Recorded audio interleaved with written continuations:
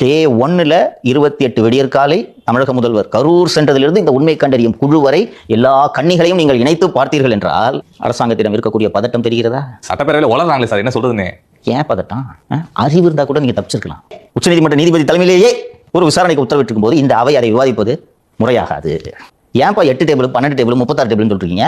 500 police 600 police எதுக்குப்பா சொல்றீங்க? என்ன ரீசன்னா உங்களுக்கு மீண்டும் மீண்டும் மீண்டும் இதை பேசி விஜயை கொலையாளி ஆக்கி விடலாம் என்று உங்களுக்கு நம்பிக்கை. சிஎம் அப்படி நம்ப ஆரம்பிச்சார். நம்ம உண்மையிலே திராவிட மாடல் சிறப்பான ஆட்சி அப்படின்னா அவர் இப்போ உள்ளபடி நம்புறாரு. இன்று காலை புதிதாக ஒரு குற்றச்சாட்டு எழுந்திருக்கு. எஸ்ஐடி அலுவலகத்தில் ஆவணங்கள் எரிப்பு. பார்த்தீங்களா? பார்த்து என்ன எரிச்சிருப்பாங்களா ஆதாரத்தெல்லாம்? தெரியல, ஏதோ வாக்கி டாக்கி மாதிரி ஏதோ மிஷின் மாதிரி இருக்கு, அதை எரிச்சதா சொல்றாங்க. ஆமா, அப்புறம் ஏதோ பழைய ஆவணங்கள் ஆபீஸை காலி பண்ண போறாங்க போல, அதனால எரிச்சிருப்பாங்க போல சார் பழைய ஆவணங்கள் தான். சரி, எஸ்ஐடி ஃபார்ம் பண்ணி எத்தனை ஒரு 30 வருஷம் இருக்குமா? இவங்க சொல்றதை பார்த்தா 50 வருஷம் இருக்கும் போல சார். அவ்வளோ ஆவணங்களை ரெடி பண்ணி வச்சுருக்காங்க போல. இல்லை அதான் சொல்லு, எத்தனை வருஷம் இருக்கும்? 25 வருஷம் இருக்குமா எஸ்ஐடி ஃபார்ம் பண்ணி? ஒரு வாரம் 2 வாரம் தான் இருக்கும். அதுக்குள்ள எப்படி பழைய ஆவணம் வரும்? இங்கே பாரு, எல்லா ஆஃபீஸ்லையும் வேஸ்ட் வரும். ரைட்டா? இப்போ நம்ம ஆஃபீஸில் பிரிண்ட் அவுட் தப்பாவதா மாற்றி எடுக்கிறோமா? வேஸ்டேஜ் இருக்கும்.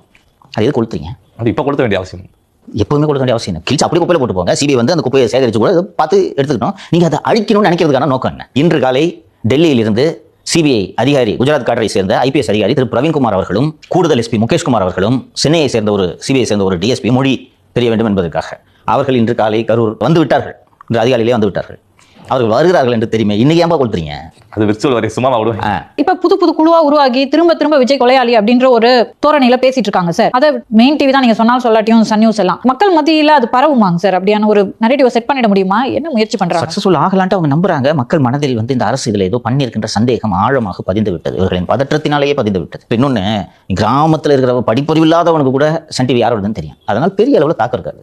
இது போன்ற செய்திகளை, இந்த உண்மை கண்டறியும் குழு இதெல்லாம் வச்சு நீங்க செய்திகள் போடுவது இவர்களையே திருப்திப்படுத்திக் கொள்ள என்று தான் நான் பார்க்கிறேன். பெரிய அளவில் இதனால் தாக்கம் ஏற்படாது. நேரம் நரேட்டிவ் மாறி இருக்கணும். உங்க எம்எல்ஏவே சொல்றாங்களே சார் 5% போச்சு சொல்றாங்களாம்.